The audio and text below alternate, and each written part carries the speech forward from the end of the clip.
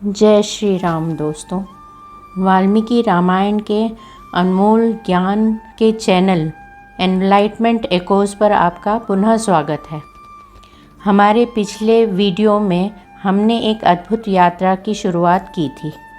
हमने देखा कि कैसे ऋषि वाल्मीकि को दिव्य प्रेरणा मिली और उन्होंने इस महाकाव्य की रचना की।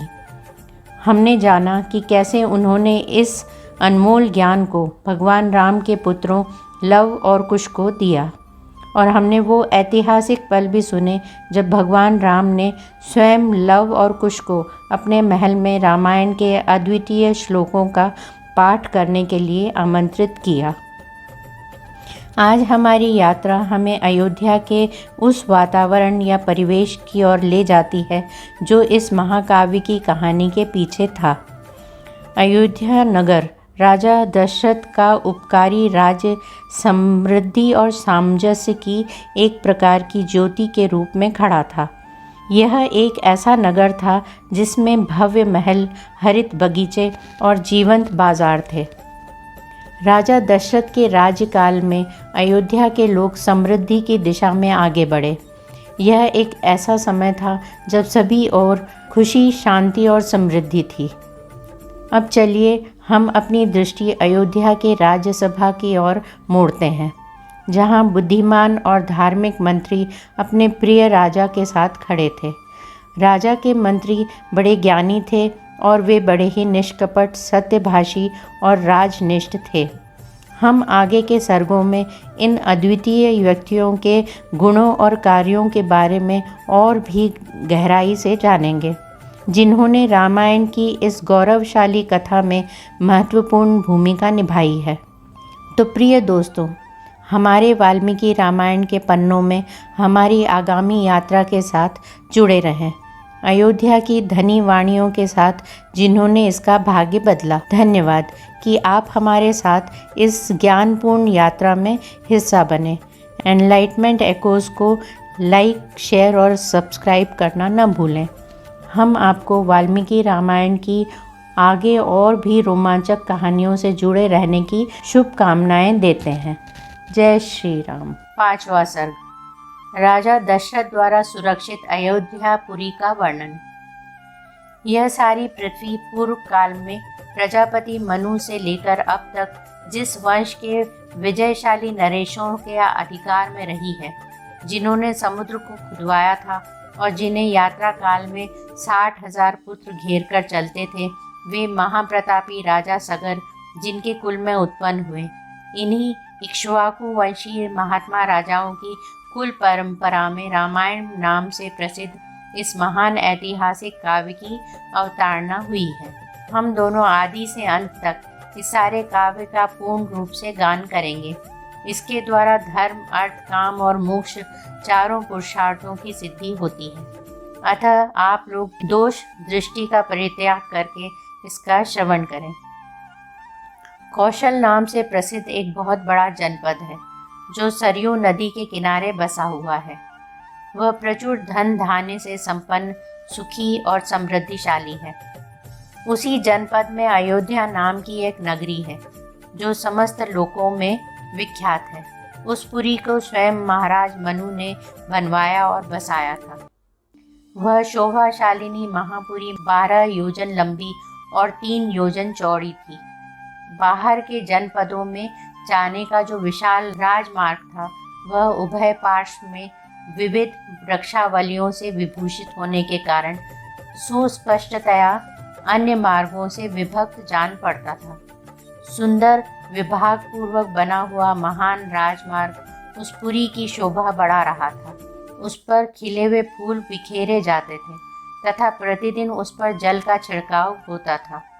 जैसे स्वर्ग में देवराज इंद्र ने अमरावती पुरी बसाई थी, उसी प्रकार धर्म और न्याय के बल से अपने महान राष्ट्र की वृद्धि करने वाले राजा दशरथ ने अयोध्यापुरी को पहले की अपेक्षा विशेष रूप से बसाया था। वह पुरी बड़े बड़े फाटकों और किवाड़ों से सुशोभित थी। उसके भीतर पृथक पृथक बाजारें थीं। वहाँ सब प्रकार के यंत्र और अस्त्र शस्त्र संचित थे। उस पुरी में सभी कलाओं के शिल्पी निवास करते थे। स्तुति पाठ करने वाले सूत और वंशावली का बखान करने वाले मागध वहाँ भरे हुए थे। वह पूरी सुंदर शोभा से संपन्न थी। उसकी सुषमा की कहीं तुलना नहीं थी। वहाँ ऊंची ऊंची अट्टालिकाएं थी जिनके ऊपर ध्वज फहराते थे। सैकड़ों शतग्नियों से वह पुरी व्याप्त थी। उस पुरी में ऐसी बहुत सी नाटक मंडलियाँ थी जिनमें केवल स्त्रियां ही नृत्य एवं अभिनय करती थीं। उस नगरी में चारों ओर उद्यान तथा आमों के बगीचे थे। लंबाई और चौड़ाई की दृष्टि से वह पुरी बहुत विशाल थी तथा साखू के वन उसे सब ओर से घेरे हुए थे। उसके चारों ओर गहरी खाई खुदी थी जिसमें प्रवेश करना या जिसे लांघना अत्यंत कठिन था। वह नगरी दूसरों के लिए सर्वथा दुर्गम एवं दुर्जय थी। घोड़े, हाथी, गाय, बैल, ऊंट तथा गधे आदि उपयोगी पशुओं से वह पूरी भरी पूरी थी। कर देने वाले सामंत नरेशों के समुदाय उसे सदा घेरे रहते थे। विभिन्न देशों के निवासी वैश्य उस पुरी की शोभा बढ़ाते थे। वहाँ के महलों का निर्माण नाना प्रकार के रत्नों से हुआ था। वे गगनचुंबी प्रासाद पर्वतों के समान जान पड़ते थे। उनसे उस पुरी की बड़ी शोभा हो रही थी। बहुसंख्यक कूटागारों, गुप्त ग्रहों अथवा स्त्रियों के क्रीड़ा भवनों से परिपूर्ण वह नगरी इंद्र की अमरावती के समान जान पड़ती थी। उसकी शोभा विचित्र थी। उसके महलों पर सोने का पानी चढ़ाया गया था अथवा वह पुरी द्यूत फल के आकार में बसाई गई थी। श्रेष्ठ एवं सुंदरी नारियों के समूह उस पुरी की शोभा बढ़ाते थे। वह सब प्रकार के रत्नों से भरी पूरी तथा सत महले प्रसादों से सुशोभित थी। पूर्ववासियों के घरों से उसकी आबादी इतनी घनी हो गई थी कि कहीं थोड़ा सा भी अवकाश नहीं दिखाई देता था। उसे समतल भूमि पर बसाया गया था। वह नगरी जड़हन धान के चावलों से भरपूर थी। वहाँ का जल इतना मीठा या स्वादिष्ट था मानो ईख का रस हो। भूमंडल की वह सर्वोत्तम नगरी दुदुम्बी, मृदंग, वीणा, प्रणव आदि वाद्यों की मधुर ध्वनि से अत्यंत गूंजती रहती थी। देवलोक में तपस्या से प्राप्त हुए सिद्धों के विमान की भांति उस पुरी का भूमंडल में सर्वोत्तम स्थान था। वहाँ के सुंदर महल बहुत अच्छे ढंग से बनाए और बसाए गए थे। उनके भीतरी भाग बहुत ही सुंदर थे। बहुत से श्रेष्ठ पुरुष उस पुरी में निवास करते थे। जो अपने समूह से बिछुड़कर असहाय हो गया हो, जिसके आगे पीछे कोई न हो, अर्थात जो पिता और पुत्र दोनों से ही हीन हो, तथा जो शब्द वेदी बाण द्वारा बेधने से योग्य हो अथवा युद्ध से हार कर भागे जा रहे हों, ऐसे पुरुषों पर जो लोग बाणों का प्रहार नहीं करते, जिनके सधे सधाए हाथ शीघ्रतापूर्वक लक्ष्य भेद करने में समर्थ हैं, अस्त्र शस्त्रों के प्रयोग में कुशलता प्राप्त कर चुके हैं, तथा जो वन में गरजते हुए मतवाले सिंहों, व्याघ्रों और सुअरों को तीखे शत्रुओं से एवं भुजाओं के बल से भी बलपूर्वक मार डालने में समर्थ हैं, ऐसे सहस्त्रों महारथी वीरों से अयोध्यापुरी भरी पूरी थी। उसे महाराज दशरथ ने बसाया और पाला था। अग्निहोत्री शम, दम आदि उत्तम गुणों से संपन्न तथा 6 अंगों सहित संपूर्ण वेदों के पारंगत विद्वान श्रेष्ठ ब्राह्मण उस पुरी को सदा घेरे रहते थे। वे शस्त्रों का दान करने वाले और सत्य में तत्पर रहने वाले थे। ऐसे महर्षि कल्प महात्माओं तथा ऋषियों से अयोध्यापुरी सुशोभित थी तथा राजा दशरथ उसकी रक्षा करते थे। उस अयोध्यापुरी में रहकर राजा दशरथ प्रजा वर्ग का पालन करते थे। वे वेदों के विद्वान तथा सभी उपयोगी वस्तुओं का संग्रह करने वाले थे। दूरदर्शी और महान तेजस्वी थे। नगर और जनपद की प्रजा उनसे बहुत प्रेम रखती थी। वे इक्ष्वाकु कुल के अतिरथी वीर थे। यज्ञ करने वाले, धर्मपरायण और जितेंद्रिय थे। महर्षियों के समान दिव्य गुण संपन्न राजश्री थे। उनकी तीनों लोकों में ख्याति थी। वे बलवान, शत्रुहीन, मित्रों से युक्त एवं इंद्रिय विजयी थे। धन और अन्य वस्तुओं के संचय की दृष्टि से इंद्र और कुबेर के समान जान पड़ते थे। जैसे महातेजस्वी प्रजापति मनु संपूर्ण जगत की रक्षा करते थे, उसी प्रकार महाराज दशरथ भी करते थे। धर्म, अर्थ और काम का संपादन करने वाले कर्मों का अनुष्ठान करते वे सत्य प्रतिज्ञ नरेश उस श्रेष्ठ अयोध्यापुरी का उसी तरह पालन करते थे जैसे इंद्र अमरावतीपुरी का। उस उत्तम नगर में निवास करने वाले सभी मनुष्य प्रसन्न, धर्मात्मा, बहुश्रुत, निर्लोभ, सत्यवादी तथा अपने अपने धन से संतुष्ट रहने वाले थे। उस श्रेष्ठ पुरी में कोई भी ऐसा कुटुंबी नहीं था जिसके पास उत्कृष्ट वस्तुओं का संग्रह अधिक मात्रा में न हो, जिसके धर्म, अर्थ और काम में पुरुषार्थ सिद्ध न हो गए हों तथा जिसके पास गाय, बैल, घोड़े, धन, धान्य आदि का अभाव हो। अयोध्या में कहीं भी कोई कामी, कृपण, क्रूर, मूर्ख और नास्तिक मनुष्य देखने को भी नहीं मिलता था। वहाँ के सभी स्त्री पुरुष धर्मशील, संयमी, सदा प्रसन्न रहने वाले तथा शील और सदाचार की दृष्टि से महर्षियों की भांति निर्मल थे। वहाँ कोई भी कुंडल, मुकुट और पुष्पहार से शून्य नहीं था। किसी के पास भोग सामग्री की कमी नहीं थी। कोई भी ऐसा नहीं था जो नहा धोकर साफ सुथरा न हो, जिसके अंगों में चंदन का लेप न हुआ हो तथा जो सुगंध से वंचित हो। अपवित्र अन्न भोजन करने वाला, दान न देने वाला तथा मन को काबू में न रखने वाला मनुष्य तो वहाँ कोई दिखाई ही नहीं देता था। कोई भी ऐसा पुरुष देखने में नहीं आता था जो बाजूबंद, निष्क, स्वर्ण पदक या मोहर तथा हाथ का आभूषण, कड़ा आदि धारण न किए हो।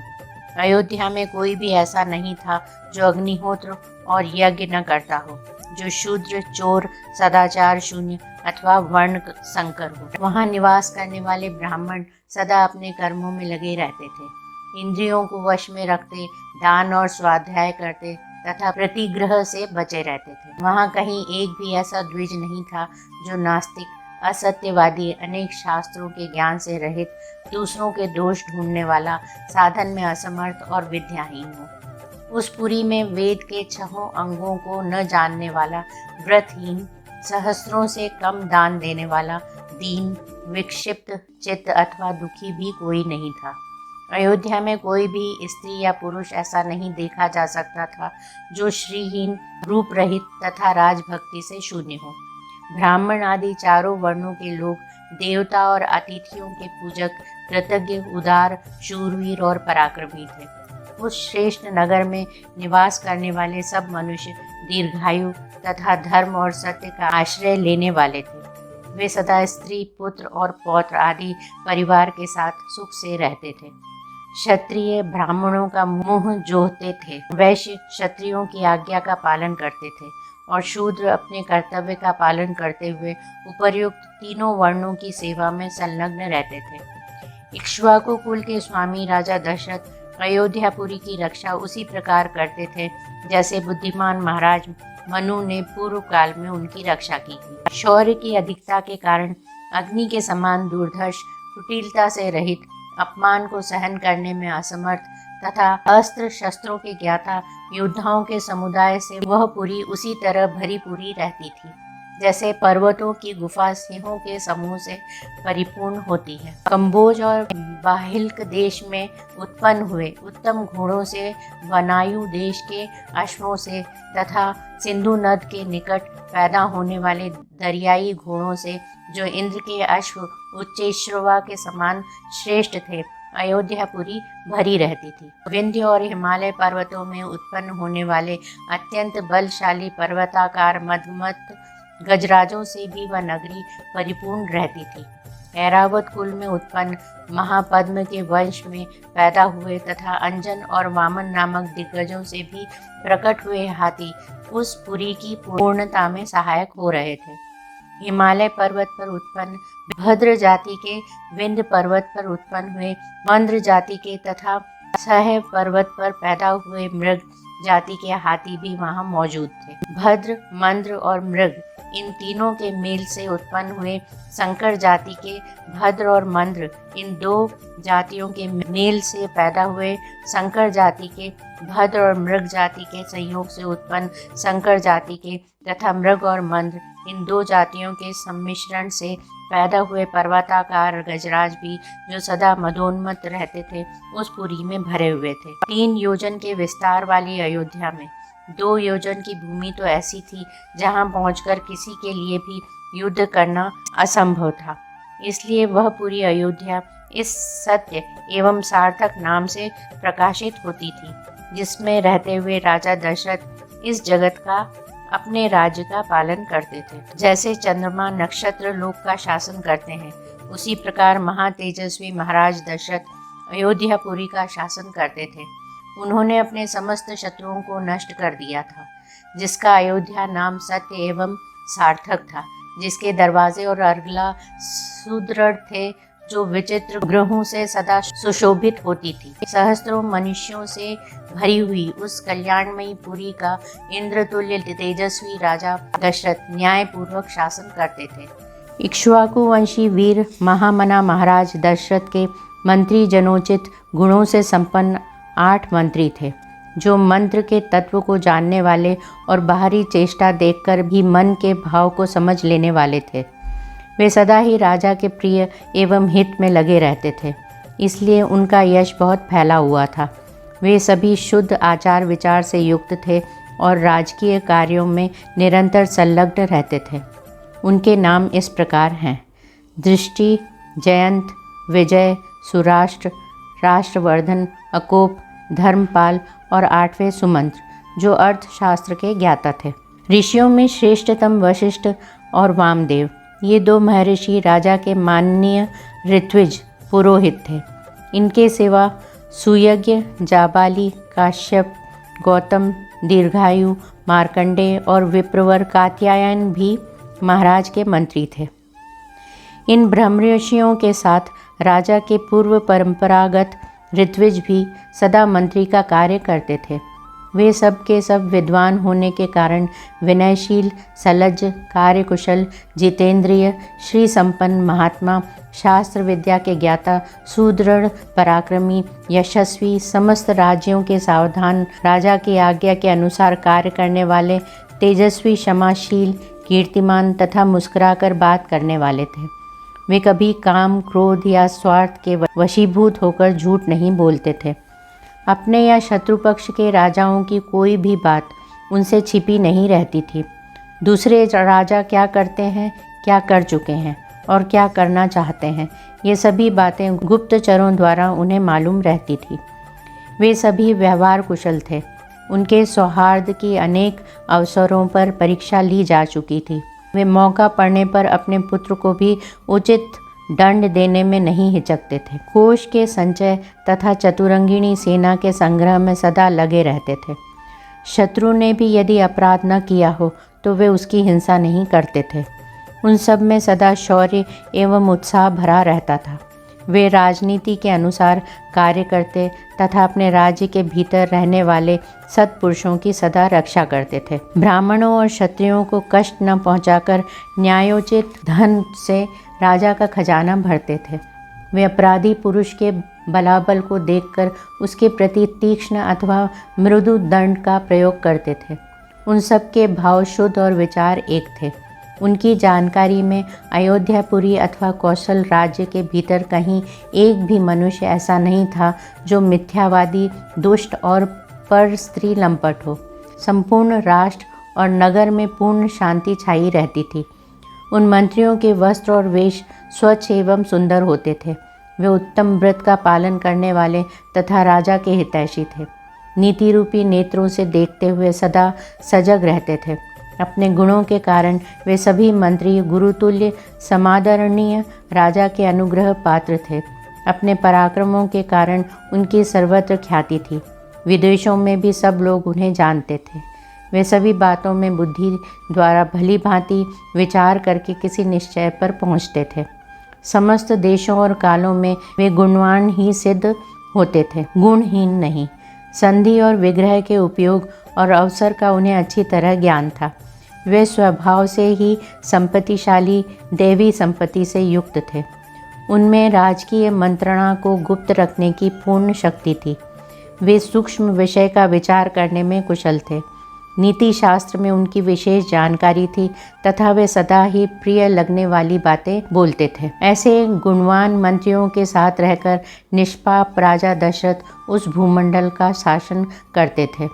वे गुप्तचरों के द्वारा अपने और शत्रु राज्य के वृत्तांतों पर दृष्टि रखते थे, प्रजा का धर्मपूर्वक पालन करते थे तथा प्रजा पालन करते हुए अधर्म से दूर ही रहते थे। उनकी तीनों लोकों में प्रसिद्धि थी। वे उदार और सत्य प्रतिज्ञ थे। पुरुष सिंह राजा दशरथ अयोध्या में ही रहकर इस पृथ्वी का शासन करते थे। उन्हें कभी अपने से बड़ा अथवा अपने समान भी कोई शत्रु नहीं मिला। उनके मित्रों की संख्या बहुत थी। सभी सामंत उनके चरणों में मस्तक झुकाते थे। उनके प्रताप से राज्य के सारे कंटक, शत्रु एवं चोर आदि नष्ट हो गए थे। जैसे देवराज इंद्र स्वर्ग में रहकर तीनों लोकों का पालन करते हैं, उसी प्रकार राजा दशरथ अयोध्या में रहकर संपूर्ण जगत का शासन करते थे। उनके मंत्री मंत्रणाओं को गुप्त रखने तथा राज्य के हित साधन में संलग्न रहते थे। वे राजा के प्रति अनुरक्त, कार्यकुशल और शक्तिशाली थे। जैसे सूर्य अपनी तेजोमयी किरणों के साथ उदित होकर प्रकाशित होते हैं, उसी प्रकार राजा उन तेजस्वी मंत्रियों से घिरे रहकर बड़ी शोभा पाते थे। इस प्रकार श्री वाल्मीकि निर्मित आर्ष रामायण आदि काव्य के बालकांड में 7वां सर्ग पूरा हुआ। जय श्री राम।